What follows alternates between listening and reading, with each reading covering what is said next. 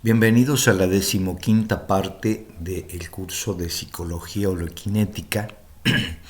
Hoy vamos a hablar de las relaciones entre las personas, las relaciones interpersonales, que son la expresión de las relaciones intrapersonales. Sabemos que en percepción unitaria no hay esa dualidad, esa distinción dentro-fuera, y todo pasa a ser parte de ese movimiento en el espacio.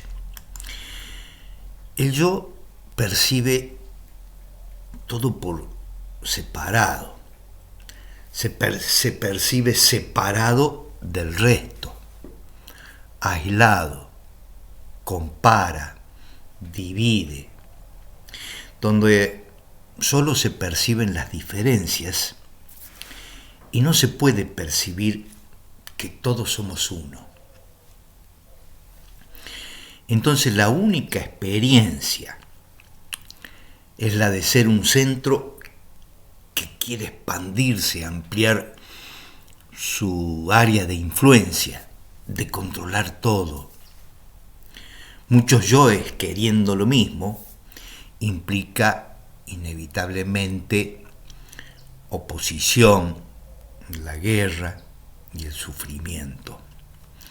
Solo con observar dos egos que se sienten encerrados en un matrimonio, donde lo que al principio llamábamos amor termina en una batalla que se traga el amor, el deseo sexual, etc. Y si observamos lo precario de las acciones que se realizan con la creencia de ser transformadoras, como enjuiciar, descalificar, castigar, todo eso es lo que vamos a ir desplegando en esta parte 15 del curso. Nosotros sabemos que una de las leyes del ámbito C es la dualidad, o sea, percibimos todo en términos de bueno o malo, éxito o fracaso, etc. En esta perspectiva también está este concepto de enjuiciar. Por ejemplo, conozco una persona y en el transcurso del encuentro con esa persona termino diciendo: bueno, tal persona es una persona aburrida, amargada, todo una caracterización, vamos a llamarle por ahora negativa, una caracterización que tiene que ver más con el reproche, o bien puedo decir: esta persona me cae bien, una persona es grandiosa, es buen amigo, etcétera, etcétera. Y esto que parece más inofensivo, también, por decirlo así, incurre en el mismo error. Ambas situaciones se nutren del mismo error, según satisfagan o no mis expectativas de ese encuentro. O sea, ese enjuiciamiento, esa caracterización, también tiene que ver con mis experiencias, con todo lo que se registró en la memoria a través de toda una historia personal, donde esos registros se traducen también en concepciones, generalmente como bueno o malo, y todo aquello que es malo para uno, lo considero malo. Es decir, las necesidades o expectativas determinadas se satisfacen o no, y entonces lo considero o bien bueno o malo. Pero nada dicen sobre esa persona en sí. El juicio que yo elaboro, o el yo, que se convierte en un centro absoluto de observación y dice, este es malo, este es bueno, o todas las caracterizaciones que podemos hacer con respecto a una persona, nada dicen sobre la otra persona. Es decir, que nos formamos una imagen de cómo es el otro e interaccionamos dando por sentado de cómo es decir, no hay un contacto fresco con el otro sin la intervención de la memoria y todos los prejuicios que ello implica. Decimos entonces que no hay una verdadera relación, sino se trata de una relación entre imágenes. Bueno, existen infinidad de ejemplos, porque no es algo que ocurra solo a nivel individual, sino que nos ocurre a todos. A todos está muy difundida esta forma de relacionarse. Si hay una relación de afinidad, terminamos con una alabanza a esa persona, y si la relación no es de afinidad, terminamos en una crítica o un reproche. Pero esto adquiere una especial importancia en la relación padres e hijos. Por ejemplo, si un niño viene y quiere jugar con su madre, entonces va a la mamá y le pide que le dé un tiempo para jugar con ella, y la mamá está muy ocupada y le dice, pero no ves que estoy ocupada, sos egoísta, sos la piel de Judas, sos, o sea, una perorata de enjuiciamiento hacia la persona, y en un momento donde eso tiene una distorsión en la formación de la identidad de ese niño.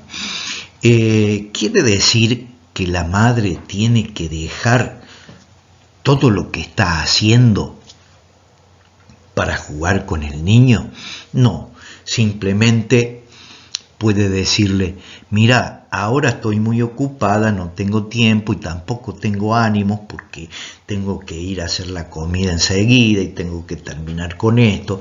Aparte, no estoy con ánimo porque llegó la boleta de la luz y no sé cómo la vamos a pagar, etcétera, etcétera. En este momento no tengo tiempo ni tampoco tengo ánimo, pero en otro momento contá conmigo, vamos a jugar, etcétera, etcétera, sin hacer pasar todo el enjuiciamiento sobre esa persona.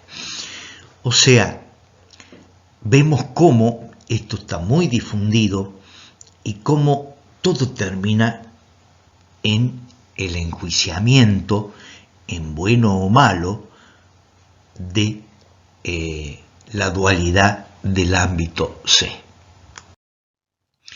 Vemos cómo el pensamiento es generador de conflicto, porque todo lo divide en un polo elegible, digamos así, que es el polo positivo, y en otro rechazable, que es negativo. Y la lucha y el antagonismo entre esos dos polos es inevitable, donde el yo se convierte en un centro absoluto de observación. En el ámbito B, ambos polos del conflicto son percibidos al mismo tiempo, y en lugar de quedar instalados en uno de los polos y reaccionar desde allí, el conflicto y estos dos polos se disuelve también la separación de el tú y el yo, lo que llamamos comunión. Es decir, que la realidad percibida como sistemas de opuestos se disuelven en la unidad que lo constituye. Una de las creencias muy generalizada en nuestra cultura en relación a lo que queremos transformar es la idea de vencer. Esto está muy difundido en la política, en la economía y en todos los aspectos de la vida, no solo del individuo, sino también de la sociedad. Incluso en la salud hay expresiones como vencer el cáncer, vencer la depresión, etcétera, vencer la drogadicción. Esto implica la existencia de un enemigo que hay que eliminar porque es malo y convierte incluso hasta la salud en un campo de batalla. De la idea de vencer surge lo que llamamos la mentalidad ganadora. Cada uno de nosotros se levanta en su hogar a la mañana, sale de su hogar a la mañana con un propósito y retorna ganador o vencido. Y el ganador de hoy puede ser el vencido de mañana, pero la lucha y la batalla siempre es la misma, la batalla cotidiana. Y esto, vivir en esas condiciones termina siendo muy tóxico. Vivir en esa sensación de peligro, de amenaza, de riesgo, temor, sobreesfuerzo, desemboca en lo que llamamos estrés. El impulso de vencer es la creencia equivocada de que uno está separado del resto. Tal cosa no existe. Y es lo que llamamos el conflicto horizontal, que es la madre de todos los conflictos. Lo vemos, por ejemplo, en un organismo, al ser un conjunto de órganos, un conjunto de células, etc., su funcionamiento depende de la armonización, de la complementariedad y de la organización de todas esas partes. Y es la percepción fragmentaria que nos impide ver la globalidad. En percepción unitaria, nosotros vemos el sinsentido de esta batalla. Así como cuando veíamos la parte científica y de la física y decíamos que no existen partículas sino relación entre ellas, en las relaciones interpersonales pasa lo mismo. La relación es la oportunidad de conocerse uno mismo, de observar en percepción unitaria cómo reacciona uno frente a las situaciones que propone esa relación, cómo esa imagen que tenemos del otro se va editando, se va reconstituyendo el otro en nosotros, es la forma de conocerse a sí mismo. Lo mismo ocurre con lo que llamamos las proyecciones. Las proyecciones es cuando nosotros depositamos en el otro una característica que no podemos ver en uno. O sea, proyectamos en el otro lo que a nosotros, si ese contenido accede a la conciencia, sería produciría mucha ansiedad, entonces lo proyectamos en el otro. Como vemos, el pensamiento divide en aquello que es aceptable y aquello que es rechazable. Por ejemplo, uno puede decir: no me pidan que acepte a aquella persona, no me piden que la quiera, porque me parece una persona despreciable por esto y por aquello. Lo mismo ocurre con un aspecto personal. No puedo aceptar ser débil o ser tímido o ser violento, etc. Es algo que quiero cambiar. Hay una concepción, especialmente de las psicologías llamadas humanistas, que propician una actitud de aceptación, de aceptar la vulnerabilidad, de aceptar la debilidad, de aceptar la timidez, etc. Es decir, aceptar aquello que rechazo. Esto es rechazar el rechazo, lo que significa rechazar en nombre de la aceptación. Krishnamurti propone en ese sentido observar sin condenar ni justificar. En percepción unitaria vamos más allá de la aceptación o el rechazo, y esa animosidad frente a una caracterización que deriva del enjuiciamiento pierde su intensidad, se desprende la carga emocional que trae y se disuelve, y sin que nos demos cuenta por qué.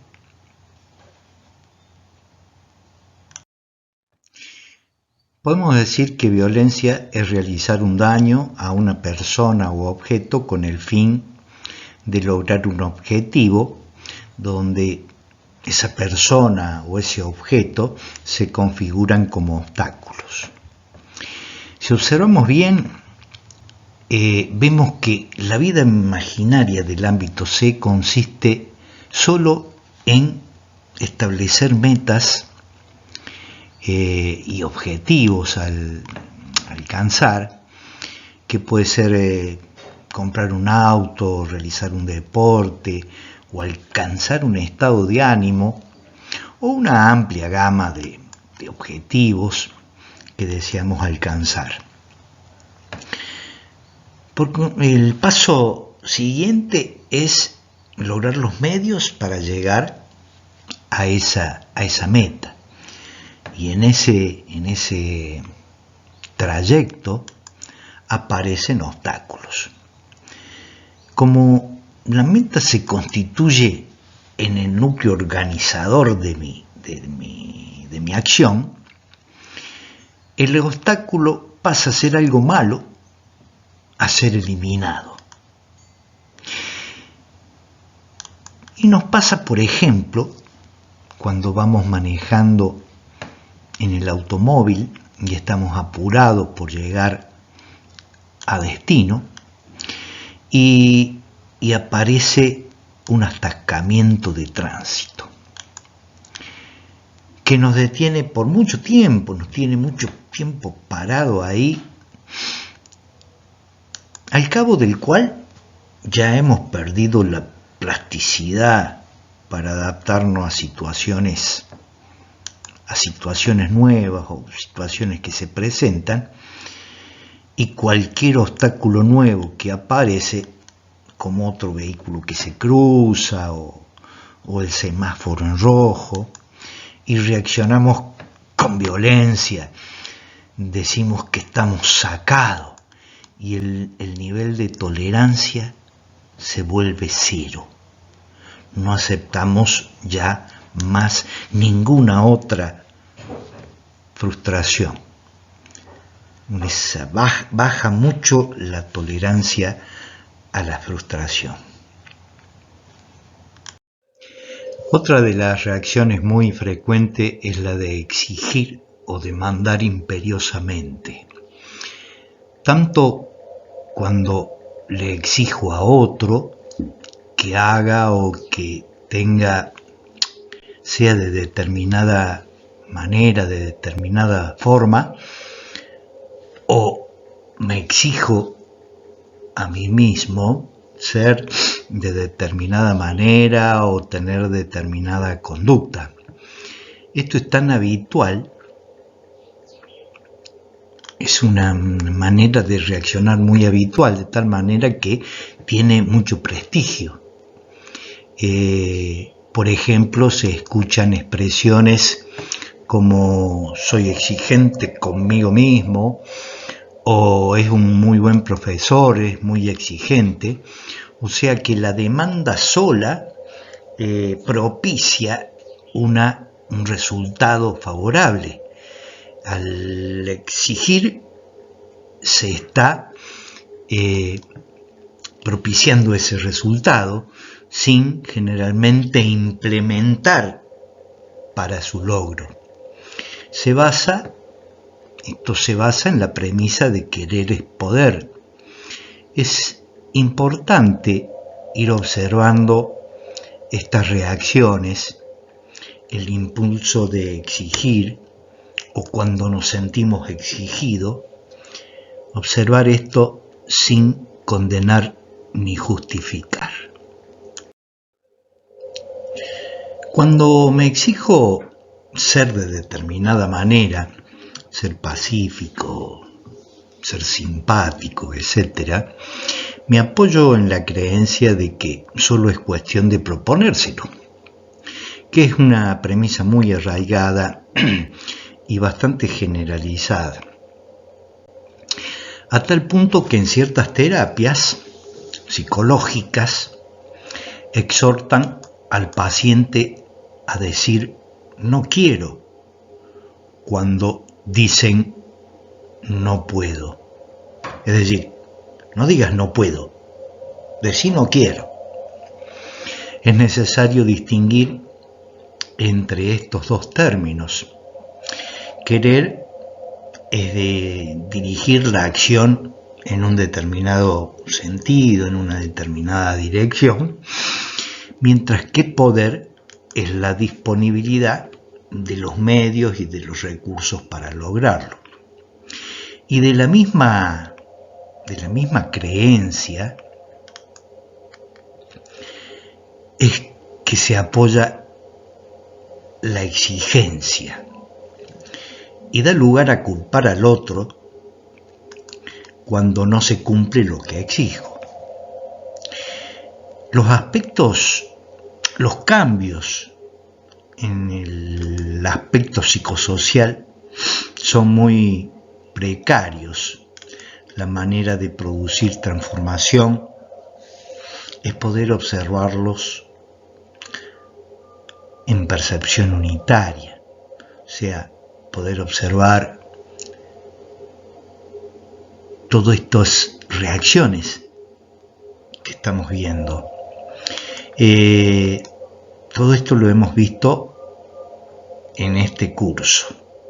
La culpa de si no has realizado lo que necesito es porque sos un desconsiderado, un egoísta, etc., donde se confunde las consecuencias con la intención.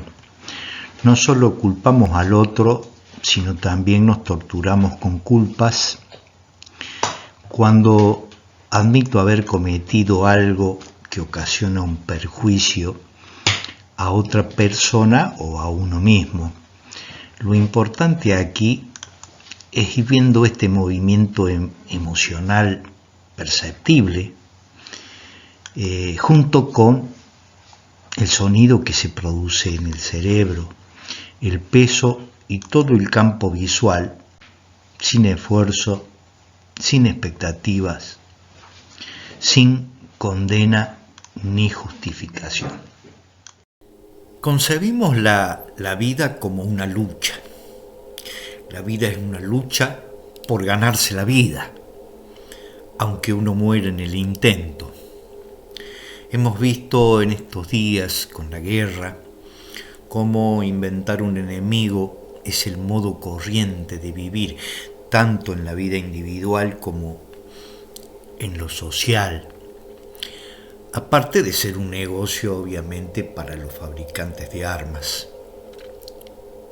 Estamos convencidos por hipnosis de la crueldad del enemigo y de lo justo y santo que es nuestra guerra, con nuestros muertos, nuestros mártires. Pero venza quien venza, venza quien venza en esta contienda, perdemos todos. Obtuve lo que quería, vencí a mis enemigos y así comprobé que no estaba allí lo que buscaba. Bueno, como vimos en este video y visto así, pareciera que estamos tratando al yo, al ego como el villano de la película. El ego es fuente de conflictos y de la visión parcial o percepción fragmentaria, pero estamos diciendo que B incluye a C. Estamos hablando de propiciar la integración de estas funciones. El ámbito C es una función importante del cerebro, pero en la cultura, al poner el énfasis en el yo, se produce un sobredimensionamiento del mismo.